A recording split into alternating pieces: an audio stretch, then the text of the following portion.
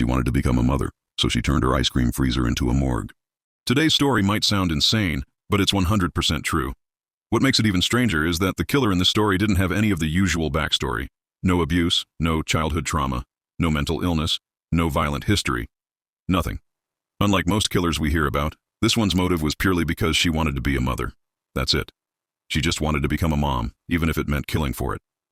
This is why the media in Europe nicknamed her the Ice Cream Killer. Her name was Estibaliz, a smart and attractive Spanish woman born on September 6, 1978. She grew up in Spain, but later moved with her family to Mexico, where she completed her studies and graduated with honors. She was ambitious and determined to build her future, so she moved again, this time to Germany. And guess what? She mastered the German language in just 3 months. Despite all her achievements, Estibaliz had one obsession: motherhood. All she ever wanted in life was to have a child. And while working as a waitress at an ice cream shop in Germany, she met Holger, a 36-year-old man. Estibaliz was just 22 at the time. They quickly fell in love and got married. However, she wrote in her memoir that the moment Holger placed the ring on her finger, she felt deep down that she had made a mistake. And she wasn't wrong. Holger turned out to be lazy, obsessed with a cult-like movement called Hare Krishna, and over time, he completely lost interest in her. He stopped being intimate with her, claiming she wasn't attractive anymore. Desperate to win him back and fulfill her dream of becoming a mother, she changed everything: her hair, her clothes, her perfumes. She tried every possible way to reignite the spark. Holger, feeling a bit guilty, promised to change. He agreed they could start a family, but on one condition: they had to move to Austria. So they packed up and started a new life there. But things only got worse.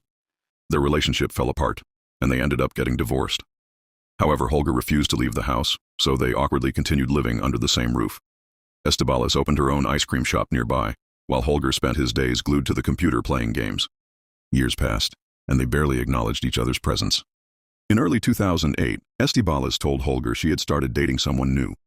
Holger, without even looking away from his computer, mocked her, saying, "No man is ever going to want you, trust me, I'm the only one who ever did." That was the last straw. Calmly, Estibaliz walked over to a drawer, pulled out a gun, and shot Holger 3 times while he sat at his computer. Afterward, without a hint of guilt, she changed her clothes, put on makeup, and went out to meet her new boyfriend, leaving Holger's dead body lying there all night. The next day, she tried to burn his body using alcohol, but it didn't work. Neighbors smelled the burning and called the fire department. She lied to them, claiming she had just burned some food. Later, she bought a chainsaw, dismembered Holger's body, and hid the pieces in large ice cream containers, covering them with cement before sealing them in a freezer in her basement. Not long after, she rekindled a relationship with Manfred, a former ice cream equipment supplier. Manfred was 48, and their relationship quickly turned toxic. Estibaliz discovered he was cheating on her and using dating apps. Despite this, she stayed with him, still obsessed with the idea of becoming a mother. Meanwhile, she started taking shooting lessons and craft classes involving cement, clearly preparing for something. By November 2010, their relationship had deteriorated. One night, Estibaliz set up a romantic scene with candles and makeup, hoping they could talk things through. But when Manfred came home, he ignored her completely, went straight to bed, and turned his back on her. Furious, she grabbed her gun from under the bed and shot him 4 times in the head while he slept. Once again, she cut up his body with a chainsaw, placed the parts in ice cream tubs, covered them in cement, and stored them with Holger's remains. Not long after, she started dating Roland, whom she described as the love of her life. In June 2011, she discovered she was 2 months pregnant.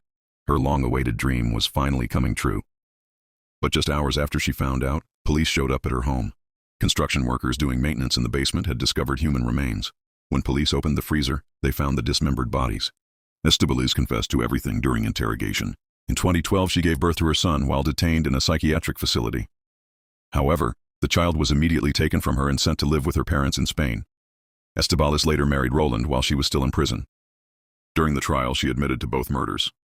Surprisingly, some people sympathized with her after she claimed Holger had abused and humiliated her, saying she wasn't worth anything. Despite this, the prosecutor described her as a manipulative and cold-blooded killer who showed no real remorse. Psychiatrists diagnosed her with severe mental disorders, stating she was highly dangerous and likely to kill again if released. She was sentenced to life in a secure psychiatric prison. By 2017, she was transferred to a high-security psychiatric prison for mentally ill offenders. Despite the circumstances, the prison offered certain freedoms, including activities and education. She even wrote a book about her life, pledging that any earnings would go to her parents. In a 2014 interview, she claimed that becoming a mother made her realize the pain she had caused to the families of her victims.